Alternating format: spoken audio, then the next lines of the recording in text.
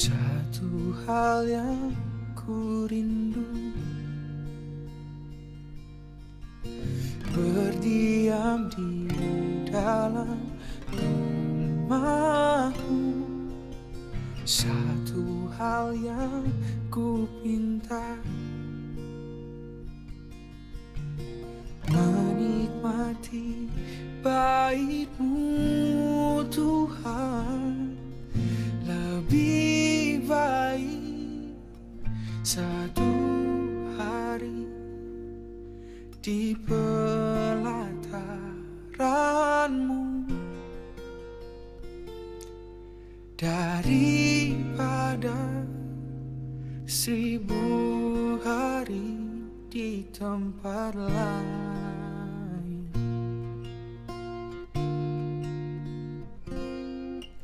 Memuji-Mu, menyembah-Mu.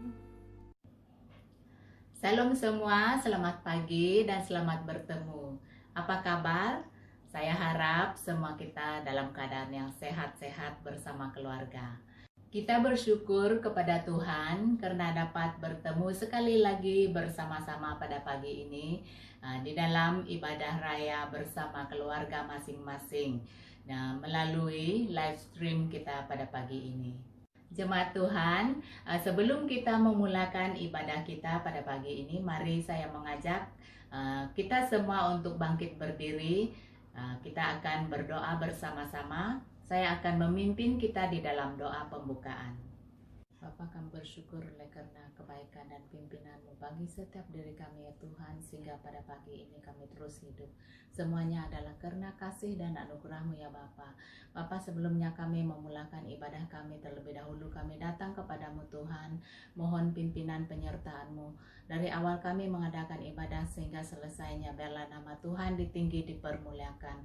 Bapa, kami berdoa, biarlah Engkau Tuhan yang bersama-sama dengan kami lewat pujian penyembahan yang kami naikkan, biarlah semuanya untuk kami memuji dan memuliakan nama Tuhan.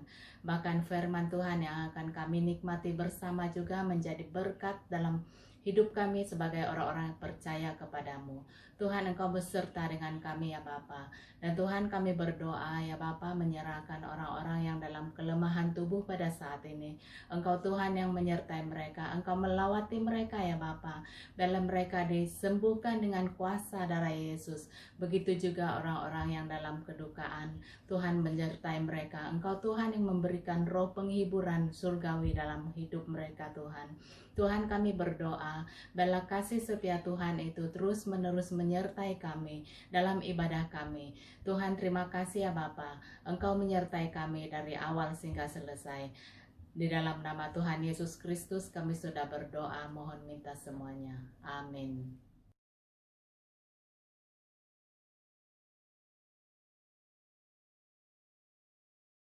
Selamat pagi kepada semua jemaat Tuhan, baik yang bersama keluarga ataupun bekerja. Mari kita menyembah Tuhan dengan penyembahan mengatakan, "Ku mau cinta Yesus."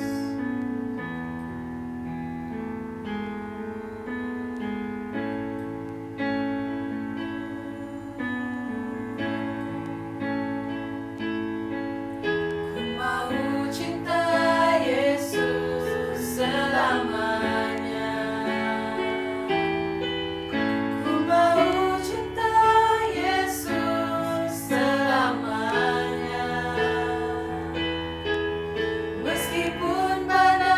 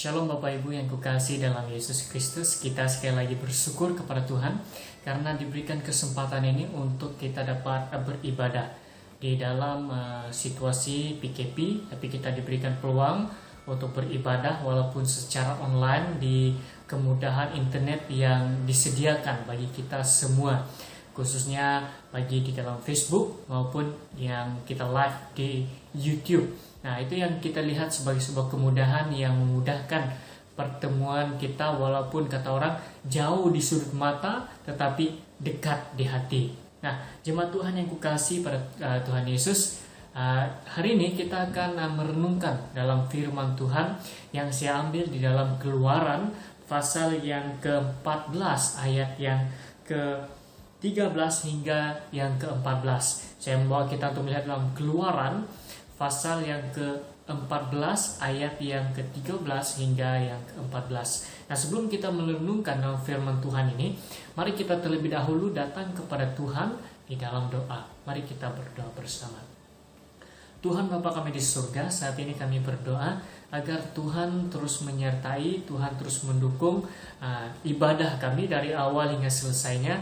Apapun yang akan disampaikan firman Tuhan bagi setiap pribadi anak-anakmu yang mendengar pada pagi ini, kami percaya bahwa Tuhan menyertai mereka, Tuhan yang mendukung mereka, memberi hikmat untuk mereka dapat mengenal dan mengerti apa firman Tuhan yang ingin disampaikan pada hari ini.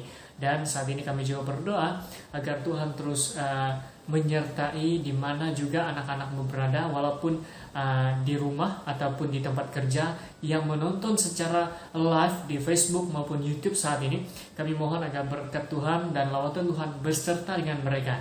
Terima kasih Tuhan, kami serahkan semua dalam tangan-Mu. Hanya di dalam nama Tuhan Yesus kami bersyukur dan berdoa. Amin.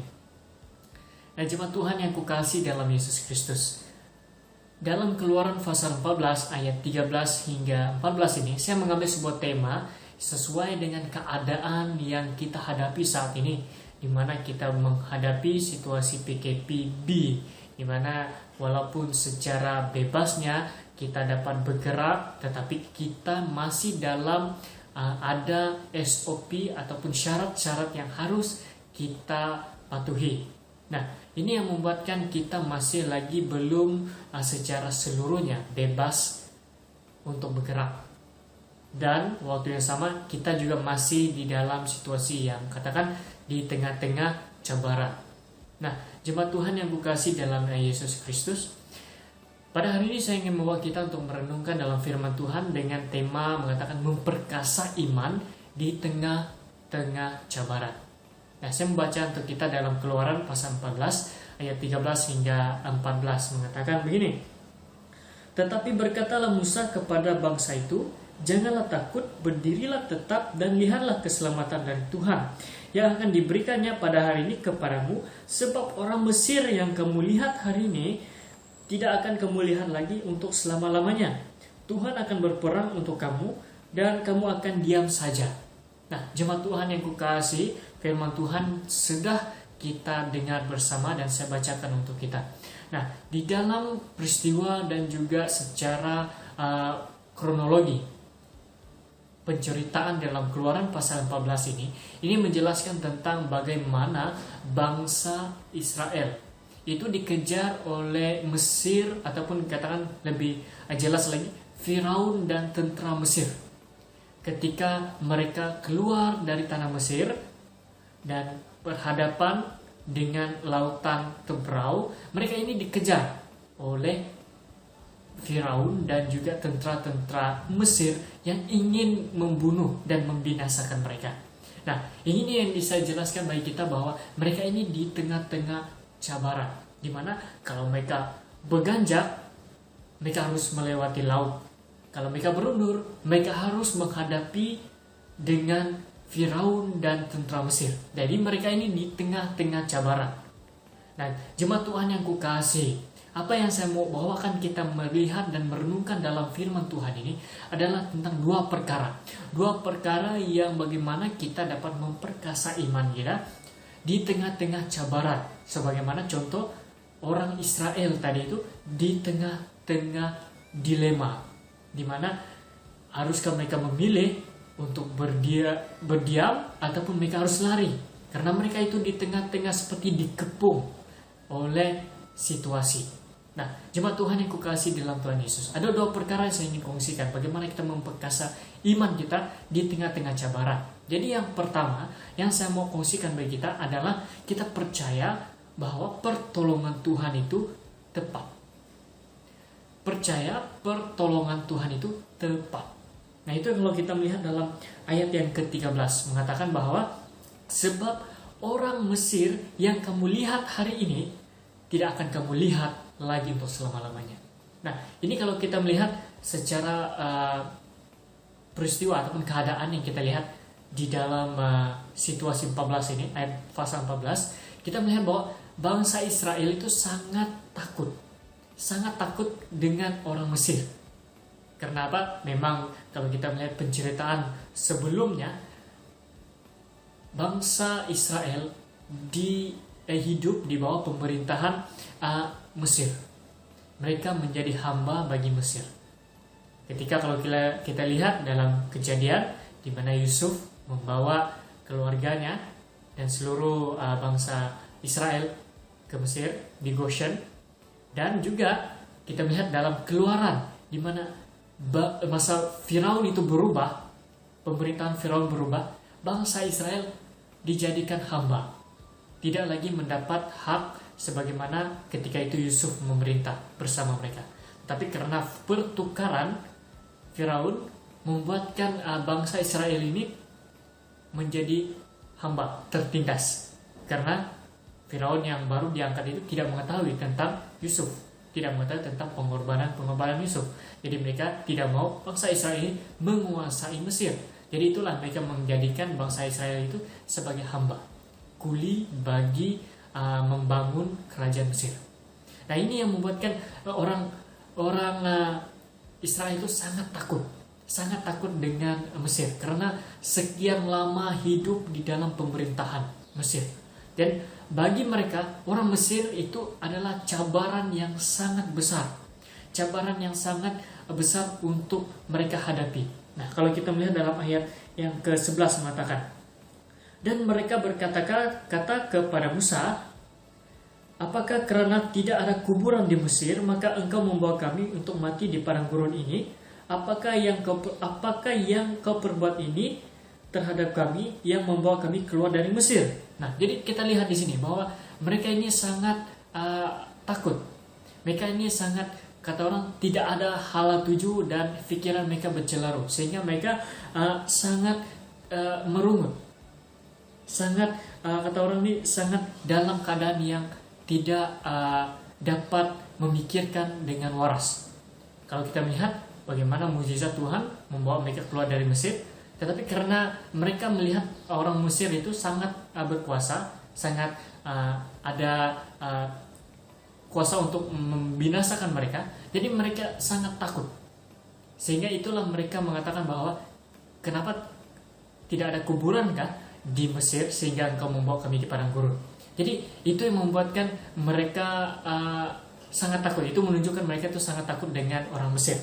Nah, jadi ketakutan mereka, ini kalau kita melihat ketakutan yang mereka hadapi itu jelas bahwa mereka itu tidak sesungguhnya mempercayai dan yakin akan kuasa Tuhan. Nah, dari ketakutan itu sudah kita melihat betapa mereka itu belum sungguh-sungguh mendalami, belum sungguh-sungguh mempercayai. Walaupun kalau kita melihat kisah sebelum, ada 10 tulah yang Tuhan nyatakan di Mesir. 10 tulah untuk membebaskan Israel dari Mesir. Dimana pada akhirnya Firaun sendiri memerintah supaya bangsa Israel untuk pergi. Nah, ini kita melihat peristiwa-peristiwa yang terjadi belum lagi membuka pikiran orang Israel ini untuk sesungguh percaya dan yakin bahwa kuasa Tuhan itu sangat berkuasa. Jadi itu mereka sangat takut ketika itu. Nah, ini yang dibuat oleh Musa. Musa memulakan perkataannya dengan janganlah takut. Jangan takut. Janganlah takut, berdirilah tetap dan lihatlah keselamatan dari Tuhan. Ini kita lihat bahwa Musa membawa pemikiran. Ini Musa membawa pemikiran bangsa Israel semula untuk melihat kepada rencana Tuhan itu bukan rencana yang salah. Jadi kita lihat bahwa Musa itu membawa kembali pemikiran bangsa Israel ini yang keluar dari Mesir itu untuk meyakinkan mereka bahwa rencana Tuhan yang membawa mereka keluar itu tidak salah. Kalau kita melihat dalam ayat 11 dan 12, bangsa Israel sendiri merungut, katakan bahwa mengapa engkau mengganggu kami ketika kami di Mesir? Kenapa tidak adakah kuburan di Mesir sehingga engkau membawa kami mati di padang gurun? So, ini yang kita melihat bahwa bangsa Israel itu masih belum yakin, dan Musa ingin membawa kembali pemikiran mereka itu supaya mereka tetap percaya kepada Tuhan. Nah, mengapa saya katakan bahwa pertolongan Tuhan itu tepat? Adalah yang pertama, tepat pada masanya. Oke, pertolongan Tuhan itu tepat pada masanya. Kenapa? Karena Tuhan menyatakan mukjizatnya dalam 2 peristiwa dalam satu masa. Kita melihat Tuhan menyatakan mukjizatnya 2 peristiwa dalam satu masa. Dimana kalau kita melihat dia mengalahkan Mesir dan juga membelah lautan Tebrau, laut Tebrau itu. So, 2 mukjizat yang kita lihat bersama, dimana hal ini memberikan keyakinan yang lebih kukuh kepada bangsa Israel, walaupun mereka tidak lihat. Kalau kita melihat di bangsa Mesir, ada patung-patung yang dianggap mereka sebagai Tuhan. Itu Tuhan yang mereka lihat. Tetapi ini Tuhan ingin meyakinkan mereka bahwa walaupun Tuhan yang mereka kenali, yang mereka percayai, yang menolong mereka itu tidak mereka lihat, tetapi sesungguhnya Tuhan itu sangat berkuasa yang dapat memimpin, dan dialah yang membawa keluar bangsa Israel itu keluar dari Mesir. So, ini kita melihat bahwa tepat pada waktunya, di mana dia melakukan mukjizat dengan mengalahkan Mesir dan juga membelah lautan Tebrau untuk meyakinkan sesungguhnya bahwa Tuhan itu tidak terbatas. Dan inilah yang Tuhan ingin jelaskan, Tuhan ingin tunjukkan kepada bangsa Israel untuk kembali menyembah kepada Tuhan. Dia memberikan pertolongan yang tepat pada masanya. Nah, kalau kita melihat selanjutnya, yang kedua adalah tepat pada kehendak. So, ini yang kita melihatkan semula. Bangsa Israel tadi itu sangat takut dengan orang Mesir, karena sekian lama mereka hidup di bawah pemerintahan Mesir, dan mereka itu dianggap sebagai hamba bagi orang Mesir, karena mereka itu bekerja sebagai orang yang membina bangunan yang ada di Mesir. So, ini yang kita lihat bahwa Tuhan itu melakukan pertolongan tepat pada kehendak, di mana bangsa Israel sangat takut kepada Mesir, yang membuatkan pemikiran mereka itu tidak lepas. Ini tidak lepas, masih dalam ikatan.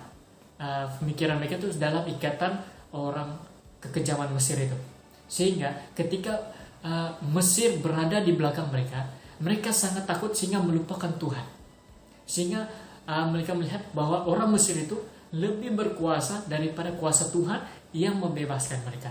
So, kita melihat bahwa Tuhan itu melenyapkan pemikiran bangsa Israel itu tentang masalah dan cabaran yang membebankan mereka.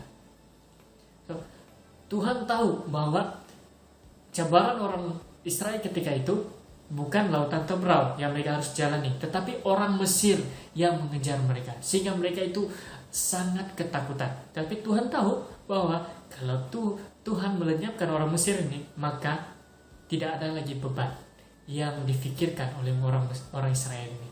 Dan ini kita lihat bahwa kita melihat orang Mesir itu memberi impak yang sangat mendalam terhadap diri bangsa Israel, sehingga itulah membuatkan mereka tidak dapat berganjak ke depan. Mereka tidak dapat untuk melihat apa yang ada di hadapan mereka, sehingga itulah mereka mendapat yang membutakan pandangan mereka itu terhadap Tuhan yang melepaskan mereka.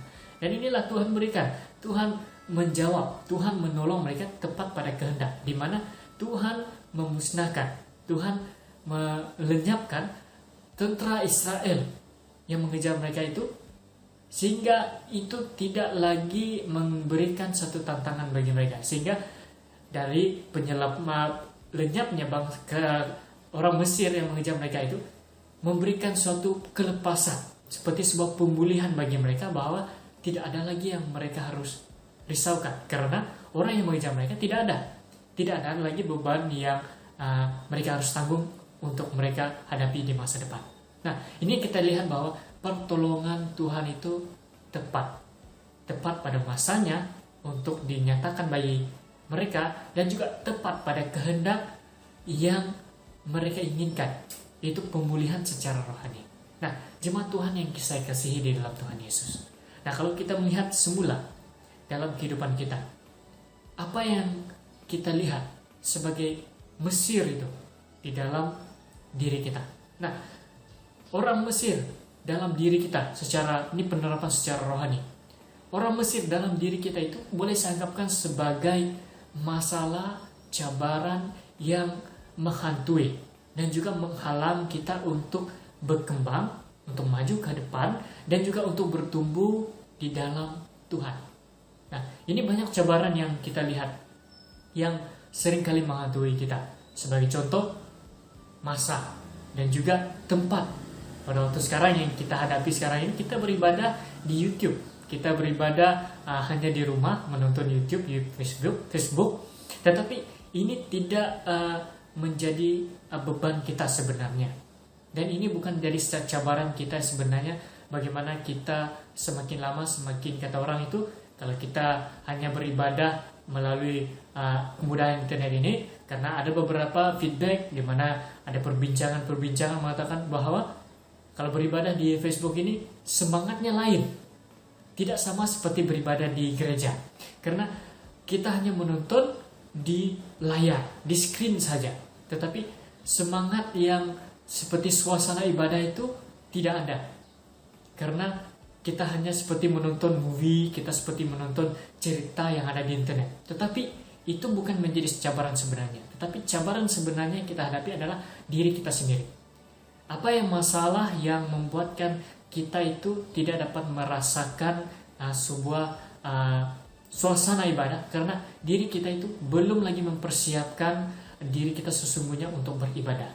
Nah, ini yang saya bawakan bagi kita.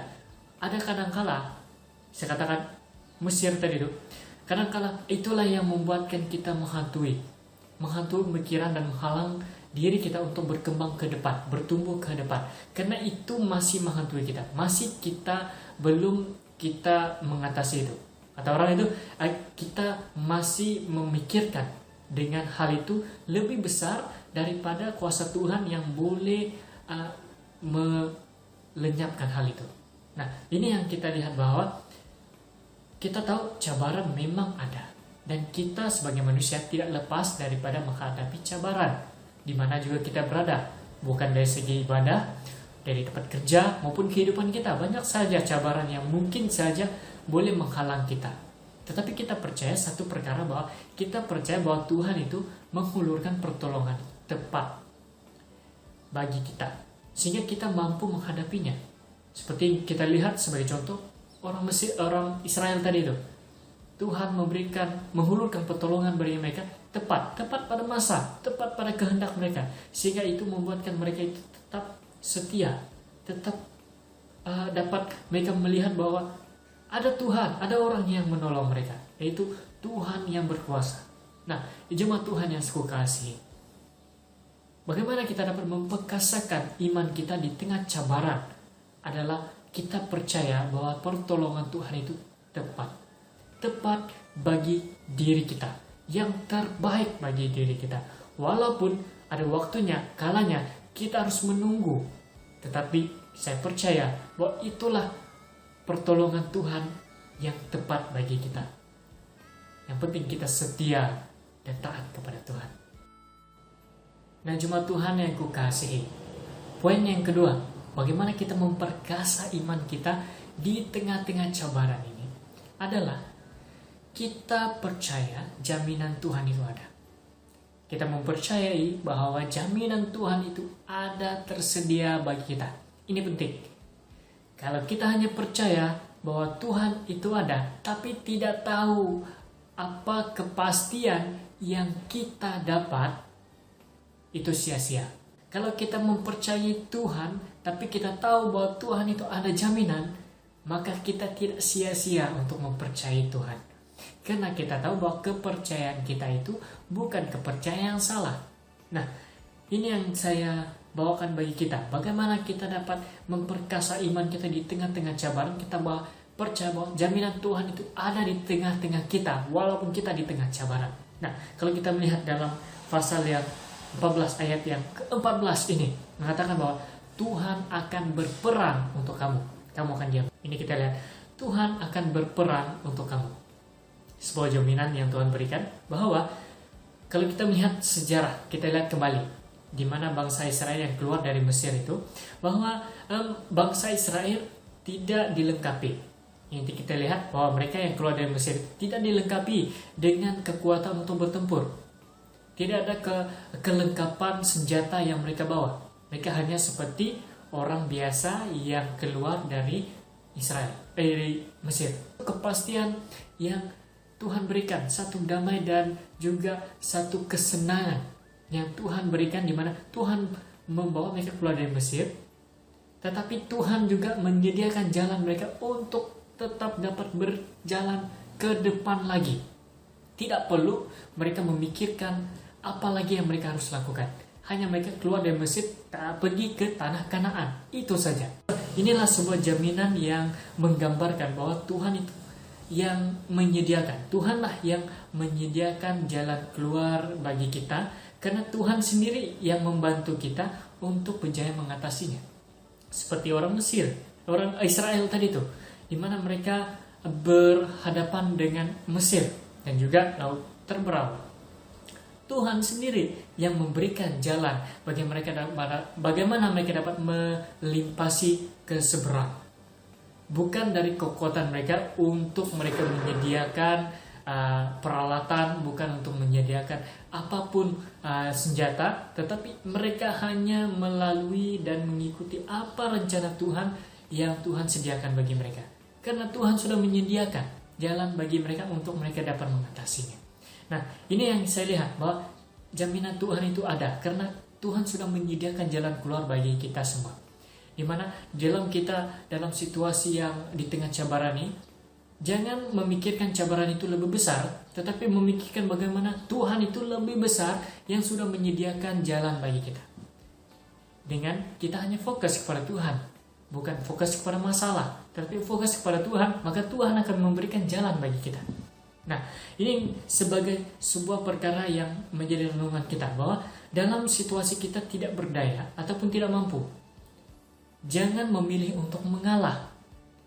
Jangan memilih untuk mengalah, karena ada Tuhan yang sentiasa menghulurkan pertolongan bagi yang mencari dan setia kepadanya. Dalam situasi yang sangat genting, sangat sukar, kita percaya bahwa Tuhan itu ada bersama kita, yang bersedia memberikan pertolongan, yang menghulurkan pertolongan kita sehingga kita dapat jalan keluar bagi diri kita. Itu jaminan Tuhan bagi setiap pribadi kita, karena Dia sentiasa beserta kita, bersama kita, di samping kita, di mana kita berada, untuk memberikan pertolongan, untuk memberikan sebuah bantuan, kekuatan bagi kita untuk kita dapat mengatasi. Nah, ini menjadi sebuah pelajaran bagi kita hari ini.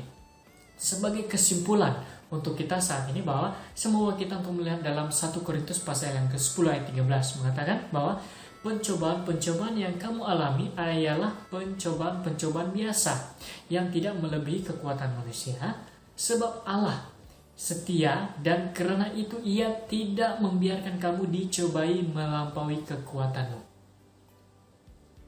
Kita melihat sekali lagi, dalam segala perkara, di dalam kita dihadapkan dengan cabaran, bagaimana kita memperkasa iman kita. Banyak orang katakan, mukjizat itu yang meneguhkan. Saya mengatakan sekali lagi bahwa bukan mukjizat yang terjadi meneguhkan iman, tetapi yang meneguhkan iman karena adalah percaya dan setia kepada Tuhan yang mengadakan mukjizat itu bagi kita. Itu yang menguatkan iman kita walaupun kita dalam situasi genting dan mencabar. Dimana kalau kita hanya mempercayai mukjizat, itu dapat meneguhkan, dan sewaktu mukjizat itu tidak ada, kita pasti melupakan Tuhan, kita pasti meninggalkan Tuhan. Tetapi kalau kita percaya dan setia kepada Tuhan yang sentiasa dialah yang mengadakan mukjizat dalam pribadi kita, maka kita tidak akan beralih, kita tidak akan menjauhi Tuhan, kita tidak akan mempersalah Tuhan dan kecewa dengan Tuhan, walaupun kita di dalam situasi cabaran-cabaran yang sangat menindas, kadang-kala menekankan hidup kita untuk tetap tidak dapat berkembang. Nah, tetapi kita percaya bahwa Tuhan itu yang beserta kita. Itulah yang meneguhkan iman kita, walaupun kita di tengah-tengah cabaran saat ini. Nah, jemaat Tuhan yang kukasihi dalam Tuhan Yesus Kristus, firman Tuhan yang saya sampaikan sampai di sini. Mari kita doa bersama, sampai kita di dalam doa.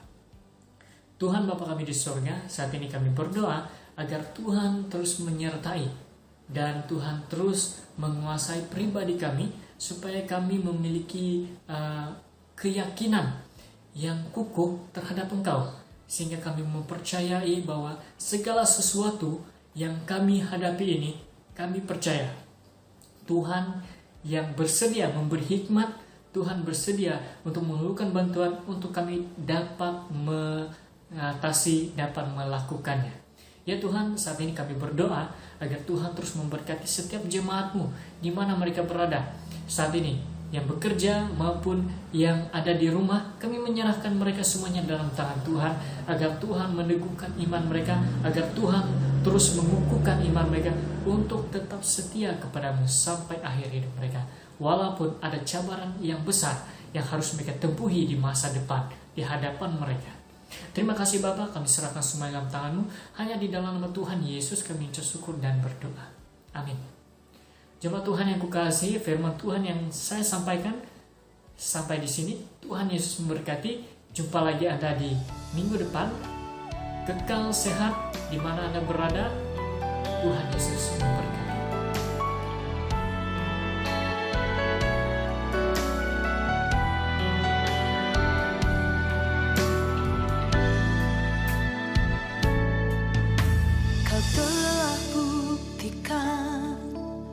Cintamu padaku, Kau membayarku dengan hidupmu.